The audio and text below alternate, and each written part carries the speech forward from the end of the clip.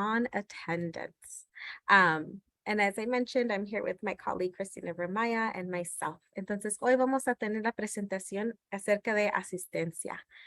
On the next slide, we'll see, in case you are interested in hearing this presentation in English or in Spanish, you can select the globe on the bottom of your screen and you're able to select which language you would be interested in.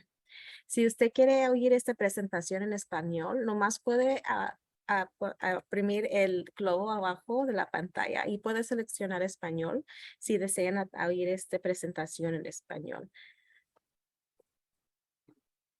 And just so you know, this is a webinar, so we're not able to see you and we're not able to hear you, but we are going to be able to utilize the QA box and the chat box as well, and we will be able to communicate in that way.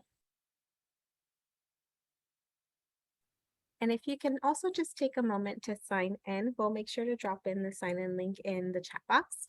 Or you can also use your phone and open your camera to open it to the QR code, and then you're able to open it and fill out the sign-in sheet.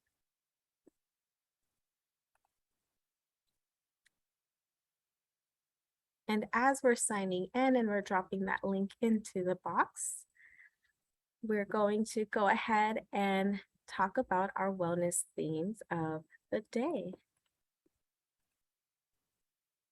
And so today is Wednesday. It doesn't feel like Wednesday, right? Because it's such an odd week that we had Monday off and there was just so much going on already in the beginning of this week. But we made it to Wednesday already. And so for Wellness Wednesday, I want you to take a moment and think about what is something that you are going to do for yourself. And keep that thought in your head as you remind yourself that we're already halfway through the day. Maybe you want to drink some more water or maybe go to bed a little early today. So just think about what's something that you would do for your own wellness for today. So in our next slide, we're going to talk a little bit about our inclusion. And something that we all have in common in this virtual space is that we want the best for our children. And we're here to support all of the children and all of the students in all of our schools. So I want you to just take a moment and think about, what do you wish for your child? What's one wish that you have for them, that if somebody can grant that wish for you, you would make? So think about that for a moment. And as you do, go ahead and place in the chat, what's something that you would wish for your child?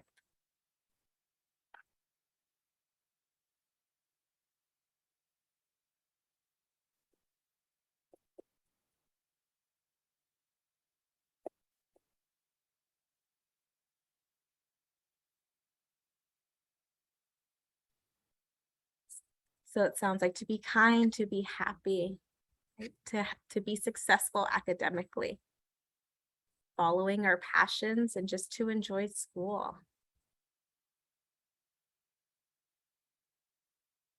So it sounds like for the most part, we want our children to do well, right? To be successful, to tener éxito, to have great success at the end of the day. Para que puedan mejorar a ser gran estudiante, ser éxito. So to be a great student.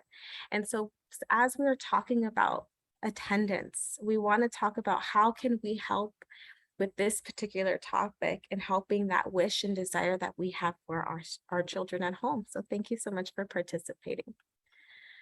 So as we continue on today, our focus for today is going to be on building an awareness of school attendance and district goals. So having a common understanding of what it is that we're looking for in school attendance, and understanding why it is incredibly critical and important to make sure that all of our children are here. And we're also going to review strategies and the roles that we play as caregivers to help our children come to school so they can be successful, so they can follow their passion and meet their goals. So all of those wishes that we have for them, we're able to help facilitate that and propel it forward. So I'm going to go ahead and pass this to Cristina Ramaya, who's going to go through a little bit of the pillars that we have. Thank you so much, Wendy. Again, my name is Christina Ramaya, and I am the Kindergarten Readiness Specialist of Local District Central. So welcome, everybody. Thank you for being here. I just want to do a little bit of introduction if you have not yet seen it. And for those of you that have, it might be a review of the pillars that are outlined in LAUSD or LA Unified Strategic Plan. So we're going to look at three in particular, that of academic excellence, joy and wellness, and engagement and collaboration. All of these have direct correlations with your children being in school every day. So let's first talk about the academic excellence. We know first and foremost for our children to succeed in school, they have to be here, right? To receive the instruction, what they learn every day in class. We also know that when they're in class that they benefit from a well-rounded and inspiring enrichment experiences. That maintaining that love of learning and the motivation for learning is important. And when we look at the gaps, the opportunity gaps that may exist, we really want to address how we are supporting specific students in the different areas of our city so that we can really personalize learning for all students. And then lastly, in the college and career readiness, identifying that we have multiple pathways for our children to be successful. And many of you already said one of the wishes for your child is that they are successful in life. So the next pillar is that of joy and wellness. And when we look at joy and wellness, we're talking about in the classroom how our teachers work very hard of providing welcoming learning environments. When our children feel safe and part of a community, they want to come to school, right? We know that when there's a strong emotional connection to the classroom and the school that children attend, that their attendance is much more improved. And then lastly, is that of engagement and collaboration with strong relationships with families, students, the staff is important in maintaining and providing the success for students. And we know that the parents, you all as caregivers, are an important part in collaborating in children's success. So we're also looking to provide you today with some accessible information of attendance, as well as thinking about how you can partner and work with your schools. So in kindergarten readiness, we have 5 domains that we focus on supporting the whole child.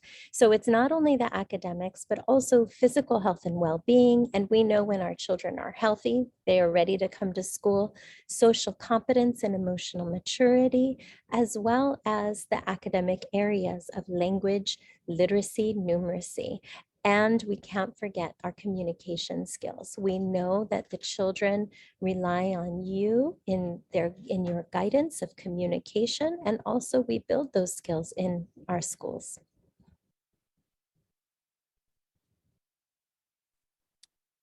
So we talked a little bit about the pillars. How does that connect with the work that we're doing today and the work that our team does to support? And so as a group, we're going to talk a little bit about what is school attendance and some of the district goals when it comes to attendance. So we can see on the next slide that something that we usually think about when we think of attendance, if we think of students not coming to school, we usually think about our teenagers, right? They skip school, they don't want to go, but really it's from kinder and up. And so a lot of studies have found that kindergarten and first grade classes have about the same absenteeism rates as our high schoolers. And so we know that it is pivotal and important for our children to be in their seats in the classroom, for them to gain everything that they need to gain from the teacher and be successful. And we can see in the next slide that our district goals is that each person from 6 to 18 attend a public full-time day of school, right? And being able to be present. And so we know that it is incredibly important to be present and to be there. And so we're going to talk about how does that look like in schools? How does it look like if we look at a calendar when we miss a day or two, and how impactful that is? Thank you, Wendy. So what we have here is a document provided by the district showing each month of the school year with our identified holidays or days off, as well as the red are the days of acceleration. But what you'll notice is down below is the table to identify what is considered excellent attendance as the year progresses, basic attendance, and chronic. So when we look at multiple absences over the course of the year, that's when we know students are missing key learning when they're not in school for a number of days. Okay, so let's go ahead on the next slide. You'll see this is it in Spanish. And what does that mean for your child? Okay, so let's just take a look at that very first row there. That tells us within the first 25 days of the school year, this first month through like mid-September, for example, if a student has missed only one day, that's excellent attendance, right? If they've missed 2 days at this point of year, that's basic. And if they've missed 3 or more, that falls into the category of chronic. Now, I'm going to give you an example of my own children, right? My son was ill and was out 2 days. So at this point, he falls into that yellow area of basic attendance. But I know he's healthy. We're going to keep him on track attending school for the rest of the year. So if he maintains only missing 2 days for the whole year, what you notice by the end of the school year in that very last row is excellent attendance if a child only misses between 1 and 7 days. Now I'm noticing, and I'm sure you're thinking, what about COVID? And how does that affect our children and their absences? And it's a very valid question. My daughter was affected the second week of school, and she missed 5 days of school. So now already she falls into that category of chronic for the month of September, but yet we're hoping that we stay safe and healthy for the rest of the year so that we know that if she maintains and doesn't miss more days of school, then we will be okay.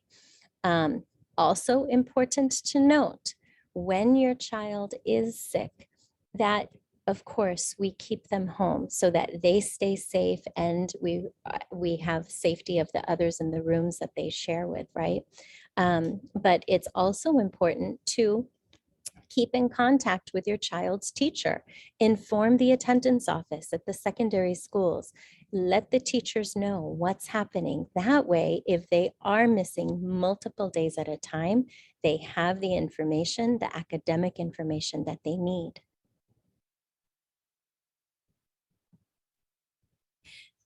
So Wendy? So now that we see what are the goals, how does that look like? How does it look like in a calendar of events? We're going to talk a little bit more about understanding, again, that importance of attendance and what does it mean when our children are present in school and when they're not present at school. So in the next slide, we can see that if students aren't in school, they have not much time to really learn. They don't have that instructional time and that time with their teacher to learn.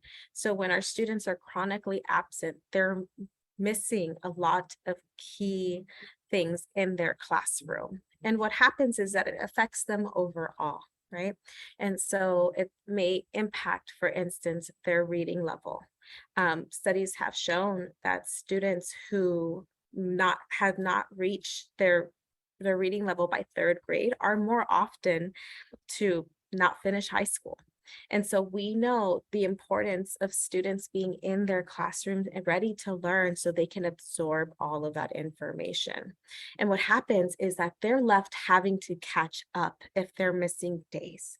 When we talked earlier about how a lot of kindergartners and first graders miss school as often as our students in high school. What we need to think about is that our kindergartners and our first graders and our elementary students are really building that foundation of their learning. Sometimes as an adult, we forget, we know that's lots of play that they're doing, they're having fun, but our children learn through play. That is their way of learning. And so what looks like a fun environment for us, as they're just playing around, really they're absorbing and learning so much. So when they don't have that time to learn those foundational skills, it makes it much difficult for them as they progress on. Think of it as we're building a house, and if we don't have a strong foundation, the house isn't going to stay up. So we want to help, especially our kindergartners and first graders and second graders and on, build those strong foundational skills. So when they continue to progress in their education, that they are able to add on to it, and it's a strong structure. Because what ends up happening is they are just catching up, and it makes it much more difficult for our students in the long run. And because they're continuously having to catch up, it can lead to them dropping out. I had the opportunity to work with a teacher who kind of gave me a really great scenario of how it looked like. And he mentioned that the student was incredibly bright, incredibly smart, and was so eager to learn. And she was in kindergarten, but continued to miss so many days of school. And he was mentioning how no matter how much they tried to help when she was there, it was like she was chasing a bus. And we can see it on the next slide that all of her classmates are essentially in the bus because they have gotten there on time. They're on the same page. And she was running behind the bus, just trying to catch up with her classmates. And so really it's a disadvantage to our children when they're not in class, because we're now expecting them when they go to class to not only learn what they've missed, but learn the new material at the same time. And that can cause a lot of pressure and a lot of stress for our students. And a way to avoid that is just having them go to school on time every day. On the next slide, something else that we think about, we've talked about instructionally what our children miss when they're not in school, but there's also so much learning that goes beyond just the ABCs and the one, two, threes, right? So just that general knowledge, that practicing time of waking up, going to school, those time management skills, that knowledge is slowly missed because they're not there to practice them. And we know our children will grow. And as they get older, time management is incredibly important. Learning about different responsibilities is important. And so they're not able to practice those skills if they're not in school. They're also not able to practice social skills if they're not in school. Even if our students, let's say, oh, my kid has so many cousins and there's so many neighborhood kids around, and those are wonderful skills that they're still able to gain. When they're in a social setting, they're also learning how to engage and be with other individuals who may be different from them, or maybe the same from them, or maybe a conflict arises. When we think about when we have to go to work, we work with people from all walks of life, right? And all the skills that we gain throughout our lives is how we learn how to interact with, let's say, our coworkers, or if we're living in a neighborhood and with new neighbors. And so those social skills are something that's learned early on. And so that's something that our students miss if they're not in school. And of course, as we talked about, that instructional time, that instructional piece. So they're missing all of those skills that they're able to practice while in school, are able to consult with their teacher, are able to meet with other adults in the school that can provide them that support. So an example of what that looks like, an important skill that we want our students to be able to master by the time they're 9, right? Reading by 9 in 3rd grade. When we look at our 3rd graders and their rate of attendance, we see that there's a direct correlation with their reading. So with our students who are on grade level at 3rd grade, we see that 64% of them missed 9 or fewer days of school. throughout the years. So we look further down, we see that our students that fall into that chronic absence category, remember that red column, if they missed 18 or more days in the school year and they were absent in both kinder and first, we see that only 17% of the students that were chronically absent were at grade level reading for third grade. So we see that Wendy mentioned in kinder and first how important it is. We see that the skills that are built early on, in order for our students to master, they need to be present. So then we're going to talk a little bit more about your role as parents and caregivers. What do we do to help our children maintain attendance? And first, we're going to talk about why are some students absent. So let's look at the next slide. And some basic events of what's going on. We see that when it's raining or extra hot, like this week, right? We have more absences when the weather is not what it normally is. We also see, and we know this more than ever, is that when our children are ill, those are absences. And those are excused absences. Illness is an excused absence. But we also know that there's absences for family events and for vacations. So when we have our 3-day weekends and like this, our 4-day weekends, there's high absent rates right before and right after those holiday weekends. So one of the things that we can do as parents, think about, how do I make sure my children are in school the days that they need to be in school? So planning your family events and your vacations around the school calendars, even when it's hot and raining, children come to school. So on LAUSD's website, there is the calendar for the year available. And here you will see all the blue days are the days that we are in school and students are expected to attend. And then you'll see the other colors that indicate holidays, or unassigned days, for example.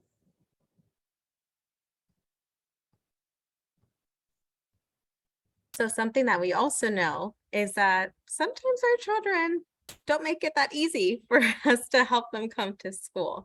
I am sure I am not the only parent who has to prod and help our child get to school.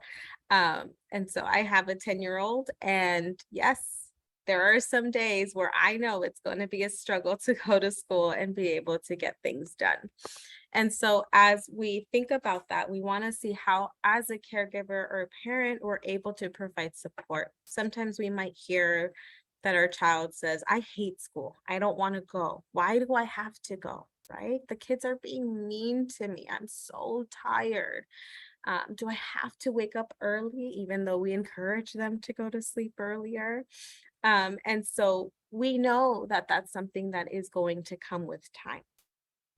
And what we want to do is provide that space to really understand what our child is saying, right? If they're saying that they hate school, it might mean, and it could be a possibility, that they're still adjusting. It is a big transition to go to school, especially after a long break, after summer, during winter break. It's hard. It's hard for us, right? When we have to wake up and have to wake up early and go back to work. And so that's something that is to keep in mind. Is it maybe they're having a difficult time adjusting, or maybe they're having difficulties with their academics? Christina mentioned earlier the importance of communicating with your child's teachers so the school is aware, communicating with school staff of the status of how your child is doing. And so if we're able to communicate and see that there's something that might be affecting our child, then we can prevent that and be able to be helpful.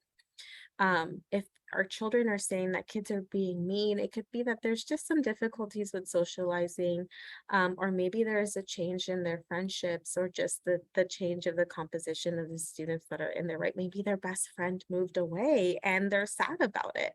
And so that's something to keep in mind is we know that importance of socialization, as we talked about earlier, it's just as critical to their learning as the instructional piece.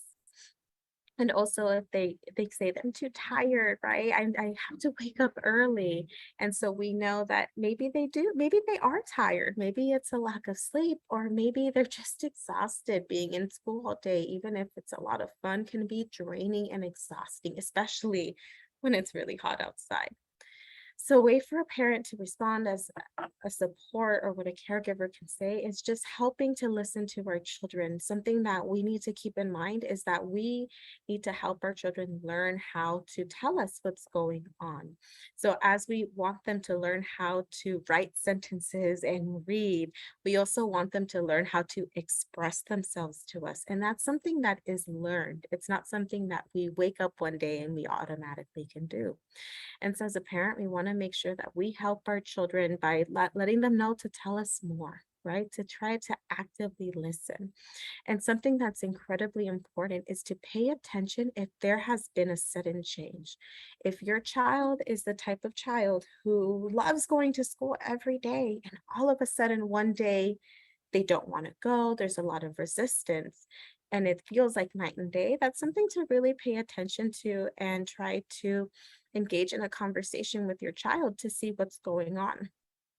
On the next slide, we can see that ways that we can respond is just to validate their feelings. I'm so tired. Yeah, that can be really hard when we are feeling really tired. There's nothing wrong with feeling tired or not feeling like you want to go to school. That's a valid feeling. So, validating our children's emotions, let them know that it's okay to feel the way that they're feeling. We still have to go to school, but it's a way that we can help them understand that it's an okay feeling, and what solutions can we come up together. We also want to empathize with them. Again, we know that school can be a lot of fun, but again, a lot of fun and a lot of play is a lot of learning that's happening. Their brain is constantly absorbing new information and growing. And so we want to make sure that we're providing an empathic response to them to make them feel comfortable to telling us. And we want to actively listen. Sometimes, as a parent, I am guilty of this. I just want to help. I just want to find a solution. And so I'm really quick to try to find a solution for my child. But sometimes we need to stop and just listen, um, and just hear them out and hear what's going on. Because as the caregiver, as the adult in the room, we're able to kind of pick up on what's going on. And we always want to highlight their strengths, especially if our children have more difficulties going to school. We want to make sure if they say, let's say one day they did wake up a little bit earlier to go to school, we want to praise and highlight what they were able to do instead of just pointing out all of the things that we would like for them to improve. And now on the next slide, we can see that something that is incredibly important as well is just how we can continue to provide that support. So I'm going to pass this to Christina. Thank you, Wendy. So remember, parents, caregivers, you are your child's first teacher. They see what you do, how you wake up in the morning and get ready for school. Not school, but work on your end, right? And how they see you is also how they learn from your responses. Also know you're their cheerleader. So even though we may not feel like going to work every day, and we know that they're not feeling their best on some days, we still cheer them on and encourage them. And as Wendy mentioned, we're empathetic. We understand how they're feeling, but we also know they can do it, right? Um, and then also the enforcer. So we lay down the rules in our house. And guess what? We need to wake up in time to have breakfast, get ready for school, and out the door. So we're on time every day, right? So we are the enforcers, the role models, and the encourager. And then lastly, you're also your child's advocate. meaning you are their voice when they can't speak for themselves. If something is happening at school, and like Wendy mentioned, there's a sudden change, and your child may not be able to express themselves or share why, you're the advocate to have the conversation with the teachers to see what's going on and do what's best for your child. One of the things that you can also do is to have a routine at home. Remember that the schedules and routines, the structures that you provide at your home creates a safe space. Children love predictability. They want to know, what are we doing tomorrow? What am I doing after school? So when we have that structure, when our children know what to expect, they feel safe, and they're able to go through the day. The other thing is, when we have a routine, it avoids the power struggle where the child may want to do something and that's not what we do right now. This is what we do. We're getting ready, you're putting your shoes on, and we're walking out the door. And we're going to leave in 5 minutes. Let's go, right? I'm not yelling when I say this. I'm just stating this is what we're doing, and we go. And then lastly, the ultimate goal of creating and sticking to a routine is so that we're developing habits for our children to be independent and to be able to make decisions on their own so they can be successful in life, right? We're not always going to be there to help them manage the time, to help them decide what to wear, what to eat, to do their work, right? The ultimate goal is we want them to be independent and self-sufficient. So I'm going to hand off to Wendy to talk a little bit about sleep. So we talked a little bit earlier about sometimes our children might even say, I'm tired, and that can be very valid. I want you for a moment to think about, how much sleep did you get last night? And feel free to drop that in the chat. How much sleep did you get last night? Because I can say with certainty, I did not get that much sleep last night myself. And so we want to really preface this, that importance of good sleep, right? Because we know that is a part of just good overall health hygiene. I see 5 hours. That's, if we look at our chart, we can see 18 plus that we need at least 7 hours of sleep. And so as we look at our children's ages, when they're small, we know that they need 14 to 7 hours when they're just teeny babies. And as they keep getting bigger, they might not need as much sleep, but it's still a lot, right? If we look for our 3 to 5-year-olds, we see 10 to 13 hours of sleep. And that is good, sound sleep. My son is not the best at going to sleep. He loves to stay up. He could stay up all night if he could, if we let him. And how I like to explain is, just like your tablet, it needs to recharge, or else the batteries are drained. And what happens if the batteries are drained?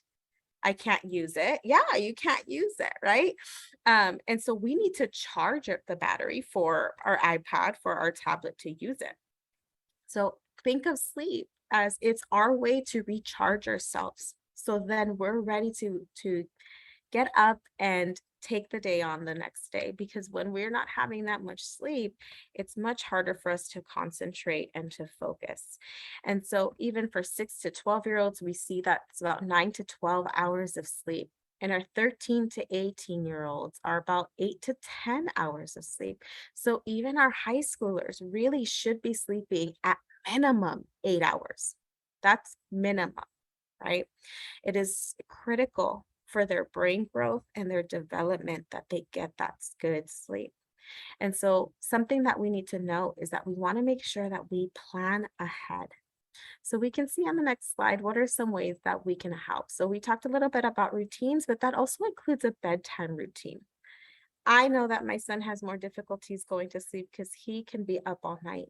So does that mean I need to start our bedtime routine a little earlier because I know I might have some battles? Absolutely. Maybe I'll start a little earlier, knowing that that gives me some cushion and some room. So then he does go to sleep at a time where he's able to get all of that sleep that he needs. It's also, so many studies have shown that the light from our phones, from our tablets, from the TV, actually, it does impact our sleep. It makes it more difficult for us to get into REM. So avoiding electronics a few hours before sleep, and that can be really difficult. So finding an activity that can be soothing for everybody, right? Maybe it's listening to music. Maybe it's finding something good to read. Maybe it's even going for a walk and then coming home, having dinner, and then getting ready for bed, whatever that looks like in our homes. And so making that attempt to avoid electronics. I know for myself, it's hard as well because sometimes that's my comfort and what I like to do before I go to sleep. But Christina had mentioned earlier, we are our children's mirrors, right? We want to make sure that we're modeling to them.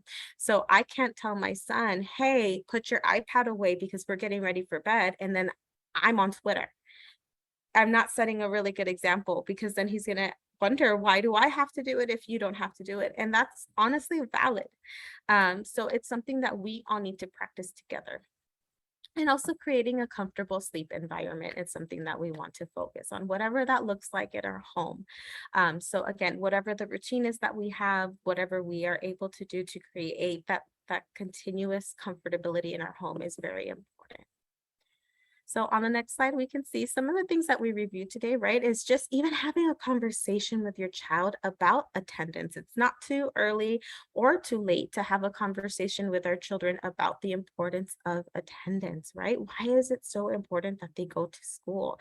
I think even how we started for today of what we wish for our children is so impactful for us to let them know what we wish for them. I want you to be happy. I want you to be successful. I want you to be able to find something that makes and fills your soul to be happy at the end of the day. And so having that conversation with our children of how do we start that? Well, we start by taking steps that fulfill us, right? And that can be going to school and learning as much as we can. And part of that means going to school is attending. Also, having a habit of regular routines or starting a routine at home. Again, if we know our child might have more difficulties going to school, we need to really be thoughtful about that and get started a little bit earlier. So we have some time. Think about if we want to make a trip somewhere and we need to think about traffic, right? We usually have to leave a little earlier because we don't know how traffic's going to be. That's how we want to take it with our children. If we have a child and you know your child best, who needs some more prompting to go to school, then we need to really space that time out and start a little bit earlier so they can be there on time. Also, when we talked about like family vacations or something that's in our control, right? We talked about illness that can be out of our control, and that's different. But if something that is in our control, let's utilize the calendar that we have access to and utilize that time and space to really plan out when we have to do things, when we have to take vacations, when we have to have appointments done. Let's try to use those days that we already know that there's no school in session. And also attending parent teacher conferences. We have seen a lot of parents that were in the chat. We're talking about how do we engage with the families and with us as a family and the school with teachers. And it's just attending those back to school nights, parent teacher conferences, have a conversation and engage in a communicative relationship with your students teacher, so then you're able to understand how are they doing at school. Sometimes our students might struggle going to school, and then the teacher might say, I had no idea, they're fine as soon as they come through my door. So sometimes we know it's just the push, it's that first push to get in. Also, what's really great is let's just ask our students about their day. We want to be able to help our students be able to talk about how they're doing, talk about their day. It also helps us know as a parent if something's going on and then how we can be supportive to them.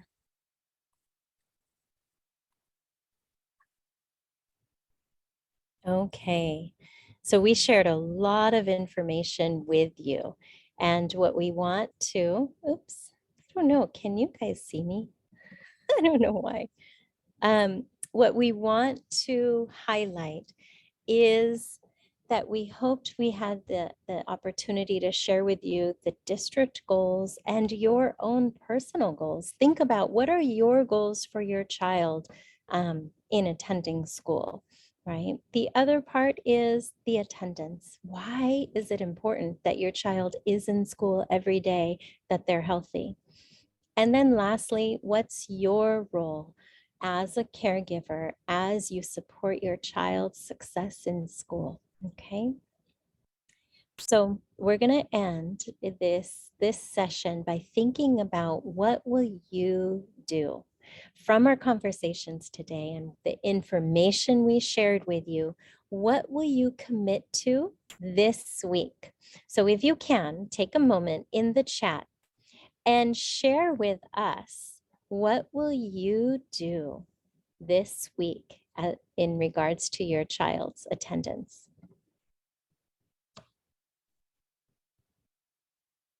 So one thing that I will commit to is when my son says he's too tired to go to school, I'll have a little conversation with him. Like, yeah, school is tiring. It's hard work, right? Good thing we're getting lots of rest. And I see that Roxana's putting the aunque no falta a la escuela, that they'll not miss school this week. And to be on time to go to the school. That's right. Tanya says changing the routines for sleep so that they have energy for school. That's also very important. Thank you for your ideas, your commitments, and remembering that your commitments, it takes work on our part as well as parents, right? To make sure a child has a good breakfast. That's right. They have a healthy breakfast that gives them energy for the day as well. To speak to your child about how they feel about school. Giving food that will help their immune system so they don't get sick or are less likely to get colds or flus. Maria has a very good idea to take care of those electronic devices, right? At bedtime, are they in your child's room, or are you putting them in a place where you know they're not going to sneak in the middle of the night, right?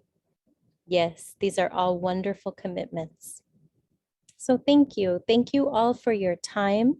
We appreciate sharing, and we want to share a resource with you, and we'll drop the link in the chat. This organization, attendanceworks.org, we were able to get a lot of our information for today from this organization, but there's also some really helpful handouts for you as families that you can access. So lastly, what we want to hear from you is some feedback. We are looking forward to providing sessions once a month with the Tech Talk group of our parent unit of Local District Central, but we'd like for you to give us some feedback in the evaluation. So in the chat box, our colleagues are going to put a link that you can click, or if you have a phone, go ahead and snap a picture of the QR code to take you straight to our evaluation link.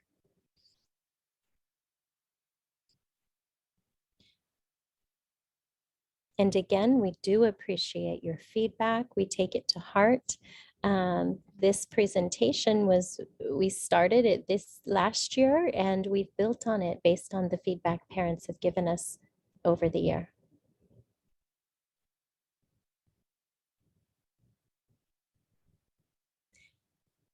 So on the next slide, you'll see our team of Kindergarten Readiness, instructional coaches, and psychiatric social workers of Local District Central. We're here to serve your schools that your children attend, as well as the communities and families. And in the next slide, you'll see our workshops coming up. We work collaboratively with the Tech Talks and more. So just like today, you'll receive announcements for upcoming sessions. In October, we'll go over, talk about numeracy and counting collections. And then November, partnering with teachers, getting ready for parent conferences. And then lastly, in December, from trauma to hope and cope, we'll talk about some of those emotions and feelings that some of us experience around the holidays. So with that, thank you again. I'm going to hand off to Miss Irene.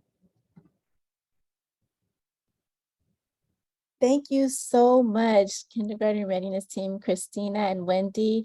You gave us so many strategies to support our families and help our children, make sure that they understand the importance of attending school every day.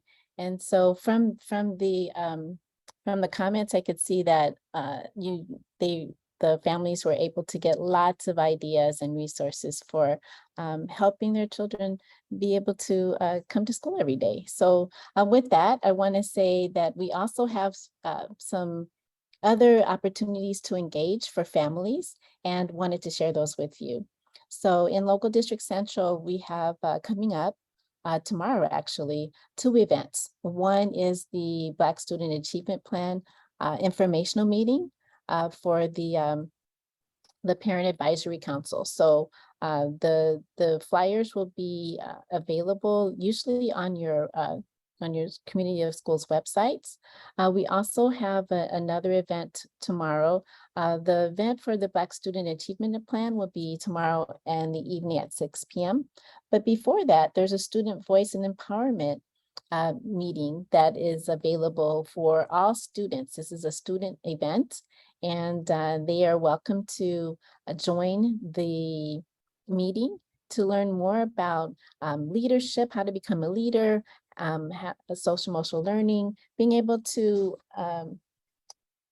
come together and work to, make their schools the place that they want it to be. So we want to make sure that you let your children know that this is available to them. Next slide, please.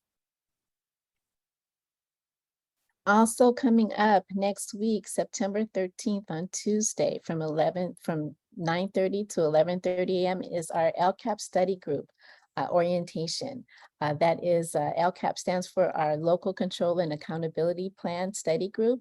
And here you'll find out more about how the state allocates funds to our schools through the local control funding formula, and how to become part of our Parent Advisory Council to give feedback to our district on how the funds are expended. So we want to welcome everyone. Please take this, the bit.ly registration link down so that you can register to attend the event next week, 9:30 to 11:30 a.m. We hope to see everyone there. Next slide, please.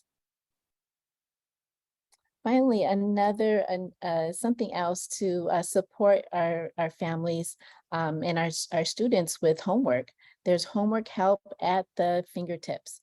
If you take a picture of the QR code at the bottom of this slide, you'll see that you'll be able to access homework help at any time. So please go ahead and take advantage of the opportunity to get some support with homework for elementary students as well as for secondary students. The blue flyers are for elementary and the orange flyers are for the secondary, high school and middle school. All right. Next slide, please. Thank you. So I am part of the parent and community engagement team for Local District Central. We partner with other entities within LAUSD. Today, we were working with Kindergarten Readiness. We work with many different groups within LAUSD and groups outside of LAUSD. So we want to make sure that if you have any questions about anything that we discussed today, please feel free to contact your community of schools parent coach, or any of us actually. So our administrator is Megan Guerrero, and we also at Lanterman have our 3 community reps, Olivia Rocha, Sono, and Norma Gutierrez. And then our community of schools parent educator coaches. Folks who are here with us today are Vilma Monson from Manual Arts Vermont Square, and I believe Alex from SOLA and HCA, as well as Javier, are here today. So anyway, we want to thank you so much for joining us today. And please, if you have any questions, a lot of you asked whether or not this was going to be available. Yes, it will be available on our local district central YouTube page. And I think someone put yes, thank you. Someone put the link in the chat already for us. So thank you very much. And we just want to make sure that you have a wonderful day.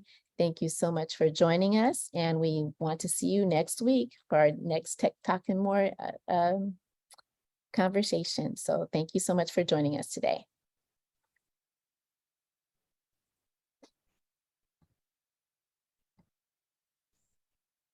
Thank you. Goodbye, everybody.